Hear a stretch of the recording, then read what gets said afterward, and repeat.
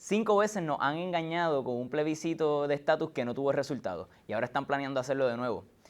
¿Habrá alguna diferencia con el plebiscito de noviembre o será más de lo mismo? Pues descúbrelo en el próximo episodio de Entre Líneas.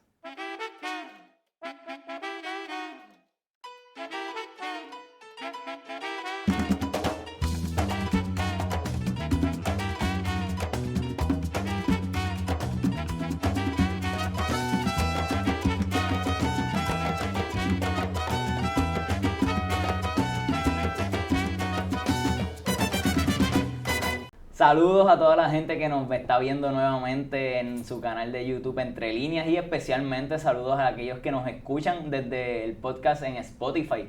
Si es la primera vez que nos estás viendo, que no se te olvide darle clic a este botoncito que está abajo de suscribirte para que así te enteres de todos los videos que subimos, de todas las notificaciones que salgan, para que te mantengas al tanto de todos los temas que están sucediendo y que se están discutiendo en Puerto Rico. Y dentro de esos temas vamos a hablar el día de hoy sobre el plebiscito que están organizando, están tratando de hacer en las próximas elecciones. El plebiscito que no es más que una elección sobre un tema en específico, y en este caso el tema sería escoger entre estadidad sí o no. Y para eso tenemos hoy a Wilma Reverón, copresidenta del Movimiento Independentista Nacional Ostosiano, también miembro del Junta de Mujeres y que nos va a estar acompañando para entender qué es esto, qué cosas diferentes podemos estar esperando. Wilma, muchísimas gracias por venir. Gracias a ustedes por la invitación. Pues ya un plebiscito, una votación por un tema, se ha hecho antes también sobre el estatus. De hecho, ya van 5, pero no han llegado a nada. Seguimos siendo colonia, seguimos esperando que el Congreso tome una decisión sobre los resultados. Pues nos queda preguntar, en este futuro plebiscito, ¿qué se puede esperar distinto? Pues mira, este plebiscito no va a ser distinto en el sentido de que hasta ahora la legislación que aprobaron para ejecutarlo, pues no cumple con ninguno de los requisitos que harían del mismo uno vinculante, uno que tuviera validez bajo el derecho internacional. Este plebiscito, al igual que los 5 anteriores, pues adolece de los mismos efectos. Te puedo decir rápidamente cuáles son esos defectos porque los he resumido anteriormente. Primero que nada, todos los plebiscitos se han realizado dentro del marco legal de la Constitución de Estados Unidos. ¿Qué quiere decir eso? Que, por ejemplo, cuando se hicieron los plebiscitos de la Ley 600 para validar el Estado Libre Asociado, todas esas consultas siempre ponen como caveat que tienen que cumplir con la Constitución de Estados Unidos. O sea, que son plebiscitos, son consultas que se supone que sea un ejercicio de autodeterminación para descolonizar a Puerto Rico, pero que a la misma vez lo atan a que los resultados tienen que de alguna manera caer dentro del marco de la Constitución de Estados Unidos. Pero sabemos que la Constitución de Estados Unidos es el que controla, o sea que tendríamos que decidir, pero después dejarle a ellos nuevamente que tomen la decisión final. Correcto, porque entonces ellos siempre se van a reservar, como ellos tienen nuestra soberanía, que es el otro problema, que no estamos haciendo el ejercicio de tomar una decisión sobre la descolonización de Puerto Rico desde una posición de pueblo como soberano, ¿verdad? Que es como se supone que se haga un proceso de descolonización. Primero que nada, el pueblo se proclama como soberano para tomar la decisión y entonces el pueblo ejerce su derecho a tomar la decisión, ya sea la independencia, una libre asociación o la integración con otro estado. Pues tampoco eso está sucediendo aquí. Además de eso, no hay nada que obligue al gobierno de Estados Unidos a respetar el resultado de este plebiscito como no lo hubo en las 5 veces anteriores. Por eso es que todos esos plebiscitos han quedado en absolutamente nada, porque no hay una legislación habilitadora del Congreso que vincule el ejercicio del plebiscito aquí, el resultado, con que Estados Unidos vaya a respetar el resultado. Y más aún cuando tú estás planteando estadidad sí o no, el que tiene la última palabra de si nosotros nos convertimos en Estado no es el pueblo de Puerto Rico, es el pueblo de Estados Unidos. para la misión de un Estado tiene que el Congreso no solamente aprobarlo, sino que lo tienen que aprobar 2/3 partes de los estados también.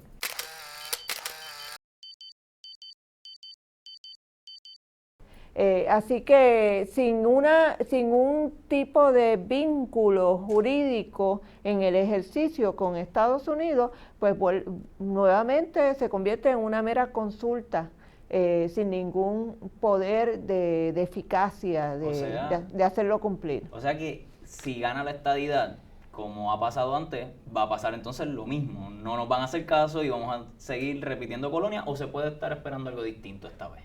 Yo no creo que vaya a pasar nada distinto si ganara la estadidad y veo que la estadidad en este momento hay una posibilidad de derrotarla.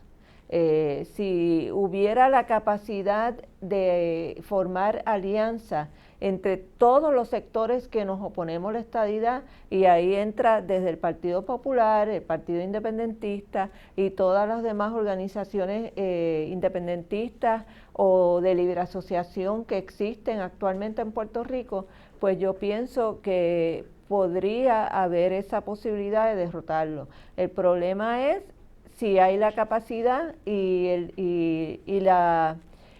el deseo político de llevar las cosas a ese nivel de organización de la sociedad. Eso, estabas comentando unas cositas y me surgen unas preguntitas. Hablaste que para decidir sobre el estatus hay que primero que nos den la soberanía, tener nuestro propio poder para tomar decisiones. Y mucha gente dice, pues eso fue lo que pasó en el 52. ¿Fue eso una decisión soberana con el poder máximo de un pueblo? No lo fue, porque fíjate que en el 52 lo que sucedió fue que cuando se crean las Naciones Unidas en el 45, empiezan a ponerle presión a las llamadas potencias administradoras para que empiecen a tomar pasos hacia la descolonización de los territorios no autónomos. Nosotros estábamos en ese momento clasificados como un territorio no autónomo de Estados Unidos. Entonces Estados Unidos, en respuesta a esa presión de Naciones Unidas, es que entonces deciden aprobar la Ley 600, la Ley de Relaciones Federales, para reconocernos el derecho a convocar una asamblea constituyente y adoptar una constitución. Pero esa constitución, ¿quién la aprobaba en última instancia? La aprobaba el Congreso de Estados Unidos. O sea que no había un poder máximo y ellos llegaron a cambiar unas peticiones. Ellos hicieron varias cosas. Una de las que pasó casi desapercibida para el pueblo de Puerto Rico fue que ellos insertaron en la Constitución, lograron que se insertara en la Constitución una disposición que es la que hoy en día obliga que cuando no hay suficientes fondos en el gobierno para cubrir la deuda, que primero hay que pagarle a los deudores y después, si sobra, entonces se pueden atender los servicios esenciales del pueblo. Fíjate que irónicamente bajo la ley Jones, esa misma cláusula era al revés. Bajo la ley Jones decía que el gobierno de Puerto Rico tenía que primero atender las necesidades de los servicios esenciales del pueblo y después podría destinar el dinero al pago de la deuda. Entonces en la Constitución lo que hacen es que lo revierten y nos hipotecan el país. Ahí fue que nos hipotecaron el país bien hipotecado. Con esa, pues le dieron rango constitucional a la deuda pública.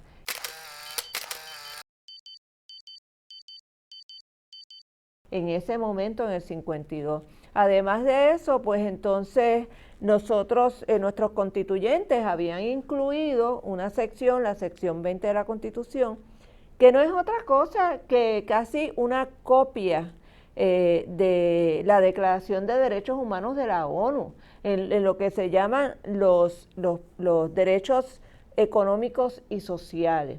Derechos económicos y sociales que inclusive Roosevelt, 2 semanas antes de morirse, el presidente Franklin Delano Roosevelt había convocado una conferencia de prensa y había dicho: yo no quiero salir, que salga mi imagen porque ya estaba muy mal, muy deteriorado, menos esta parte, quiero ser yo la que se la comunique al pueblo.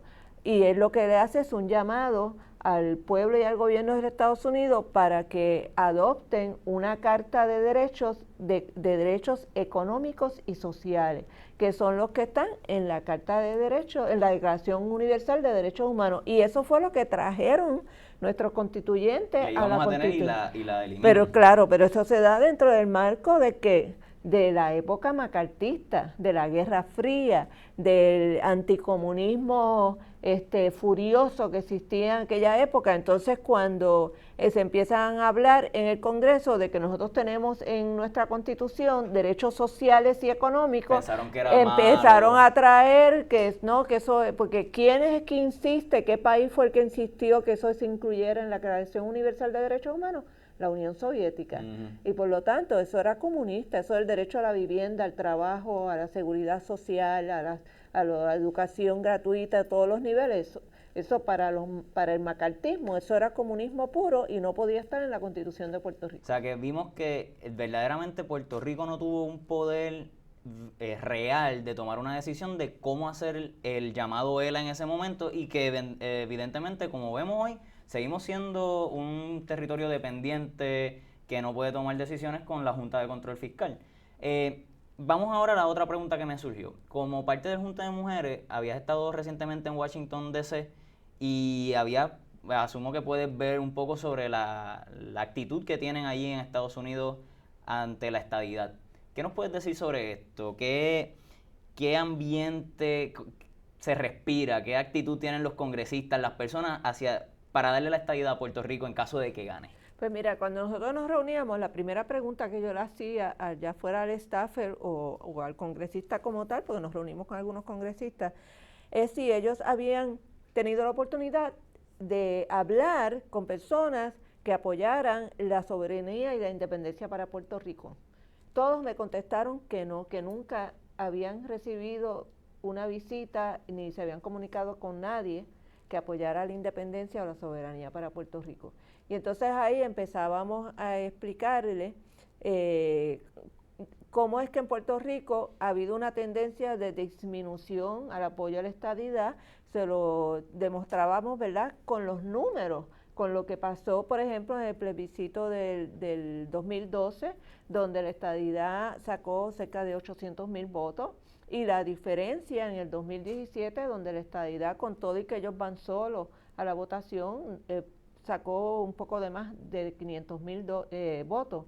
Y entonces le estuvimos explicando sobre esa tendencia que hay en la disminución del apoyo a la estadidad, y que ciertamente en Puerto Rico no es un mito lo que los estadistas le venden al Congreso, de que en Puerto Rico hay este apoyo supermayoritario a la estadidad. Aquí la estadidad nunca ha pasado al 46%, ni en su mejor momento, ni cuando sacó los 800,000 votos, porque ese fue el momento aquel donde hubo dos papeletas, ¿verdad? Una que era si estabas de acuerdo o no con seguir bajo la cláusula territorial, que el 54% del pueblo votó que no, y la segunda pregunta era entonces cogiendo entre estadidad, independencia, Estado libre asociado soberano.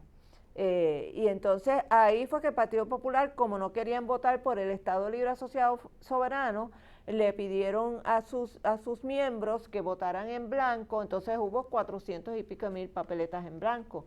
Y entonces en esa pregunta, pues aunque la estadidad aparece con un 61%, cuando tú haces la sumatoria de todas las alternativas, incluyendo las papeletas en blanco, es un 42, un 43%, y nunca la estadidad ha sacado más del 46% en Puerto Rico, y ahora ha tenido una tendencia a seguir disminuyendo. Y se refleja entonces con más razón entonces, de no apoyar la estadidad en caso de que ganara en cuestión congresista.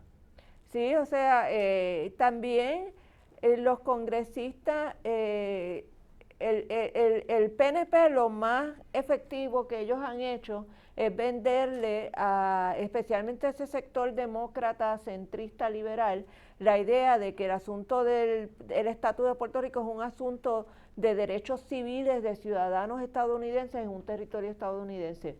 Y precisamente esa narrativa es la que el Junta de Mujeres fue a derrotar y a provocar y a ser un contestataria con esa narrativa y plantearle a ellos, mira, esto no es un asunto de derechos civiles de ciudadanos estadounidenses, esto es un asunto de autodeterminación de un pueblo que tiene su derecho a la nacionalidad y que tiene una cultura propia, historia propia, etc.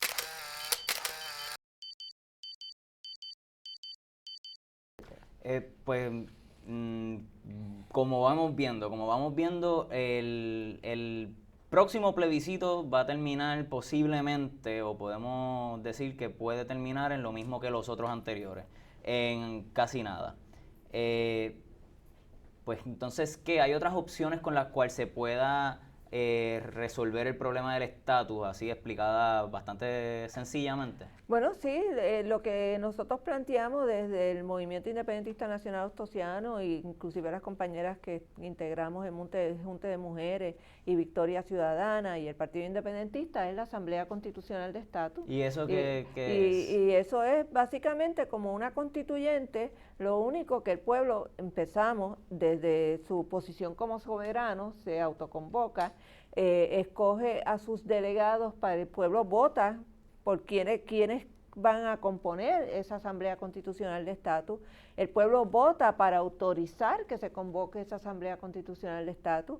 Esa Asamblea Constitucional de Estatus, los delegados que representan las distintas opciones, estadidad, libre asociación, independencia, se reúnan, preparan sus propuestas para llevarlas entonces eventualmente todos juntos con las 3 propuestas, reunirnos entonces con una comisión negociadora de Estados Unidos para plantearle, mira, esto es lo que el pueblo de Puerto Rico, esta es la estadidad como la plantean los estadistas, esta es la libre asociación como la plantean los libre asociacionistas, y la independencia, pues lo que queremos es negociar el paquete de transición hacia la independencia, ¿verdad? Porque eso es un derecho inalienable.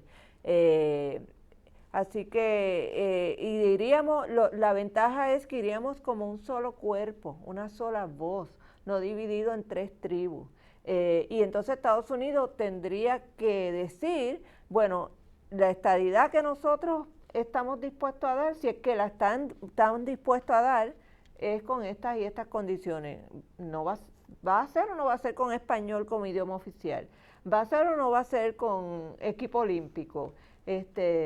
La libre asociación, pues cuáles son los poderes soberanos que Puerto Rico cedería en ese tratado de libre asociación mientras se mantenga en esa libre asociación con Estados Unidos. Y la independencia, pues estaríamos hablando de las reparaciones por los 121 años de colonialismo, el paquete de transición económico que sería a modo de reparación, y qué pasaría con las instituciones jurídicas de Estados Unidos en Puerto Rico, qué pasa con el Tribunal Federal, si va a ser un phase out. Los empleados federales, jubilados, los empleados todo federales, la ciudadanía obviamente sería un tema, si se va a mantener la ciudadanía, hasta qué generación, y quiénes van a tener derecho a heredar la ciudadanía de sus padres. Obviamente no le van a quitar la ciudadanía a los que ya la tienen. organizar ese proceso. Es organizar el proceso. Perfecto. Pues Wilma, no nos queda mucho tiempo, ya no nos queda tiempo,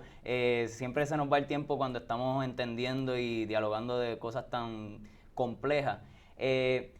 A todo el mundo que nos está viendo, a todo el mundo que nos está escuchando, si se quedaron con alguna duda, si tienen algún comentario que quieran hacernos llegar, escríbanlo siempre en la sección de comentarios aquí abajito del video. Déjenos saber cualquier pregunta, inquietud que tenga, y siempre que nosotros podamos responderle, le vamos a contestar para seguir aclarando todas estas dudas. Vemos ahora que, igual que en el video anterior, lo que nos queda es pensar en cosas diferentes, cosas nuevas. Se habla del plebiscito, pero a que nunca habían escuchado de esa opción de la Asamblea de Estatus. Síganos siempre pendientes a nuestros videos, no nos dejen de seguir, no dejen de compartir, bien importante para que todo el mundo se entere de lo que está pasando. Y los esperamos entonces hasta la próxima en su programa Entre Líneas. Nos vemos. Muchísimas gracias.